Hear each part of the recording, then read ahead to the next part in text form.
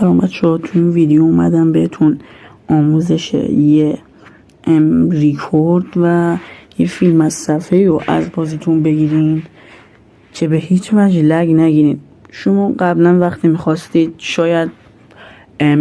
وقتی از فیلم از صفحه بگیرید از بازیتون، حالا چه کال آف، چه پابجی، چه فری فایر، میرفتید تو برنامه ایکس رکوردر یا خیلی برنامه دیگه. ولی بهتون قول میدم این برنامه‌ای که دارم بهتون معرفی میکنم یه برنامه کاملا بدون لگ و اصلا داخل بازی لگ نمیگیرید و تا آخر ویدیو همراه باشین تا بهتون بگم این برنامه چیه و چجوری باید نو دانلود. خب ما اول میریم داخل برنامه. این همون برنامه هستش که دارم بهتون میگم. حالا میخواین اگه بدونید اسمش چیه تا آخر ویدیو با ما همراه باشید. میریم داخلش. این باید دسترسی ها رو بهش بدیم. اول زبونمون هم که انگلیسی، اینجا اسکیپ میکنیم. اینجا میایم تو قسمت تنظیماتش و اگه تنظیمات رو روی کاستوم بذارید خیلی بهتره. اگه گوشیتون میکشید که 100% مثلا لگ نمیگرفتید داخل بازی و اون رو وقتی میخواستین چی بگیرین رو بهترین حالت ممکنش میذاشتین. ولی حالا چون اونایی که گوشیشون ضعیفه اگه بخوام بزنن روی این حالت ریکورد گرفتن 100% لگ میگیرن. من الان خودم اون رو روی آخر میذارم چون گوشیم خیلی ضعیفه. اگه گوشیتون تقریبا متوسطه مثلا میتونید روی این قسمت بذاریدش، رو حتی روی 60 FPS هم میشه بذارید. ولی من که گوشیم ضعیفه کلن رو این حالت ریکورد میکنم و اصلا لگ نمیگیرم.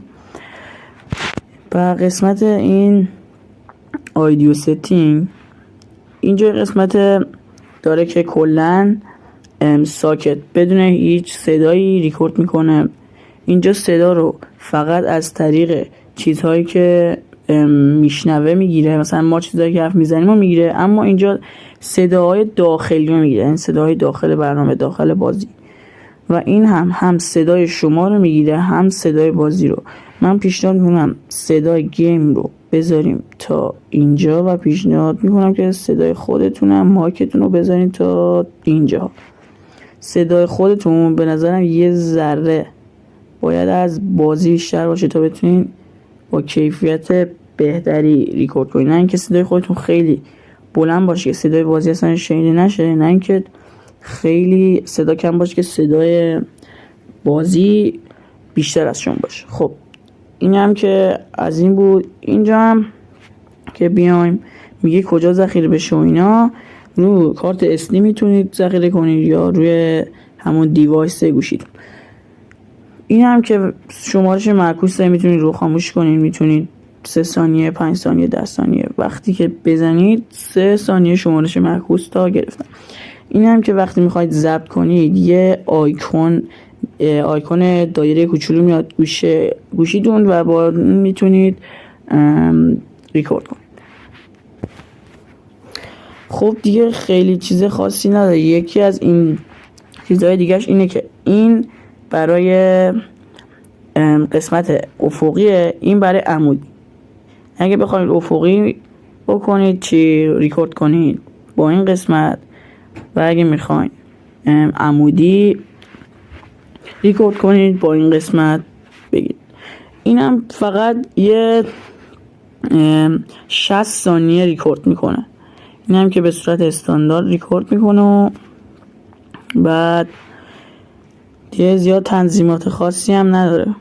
و اینکه یکی از دسترسی‌هایی که باید بهش بدین اگه بزنید رو این قسمت اینجا گیو پری سونه بزنین میزنیم روش میاد داخل تنظیمات. بعضی اینا رو دنبالش میگردم نه کدام. اینجا باید بیاین رو برنامه‌های بارگیری شده. برنامه بارگیری شده رو که بزنید میتونید برنامه رو پیدا کنید. وقتی برنامه رو پیدا کنید میزنه استفاده از این برنامه. وقتی که اون رو بزنید مثلا باید اجازه بدیم بهش و بگین که از خطرات این برنامه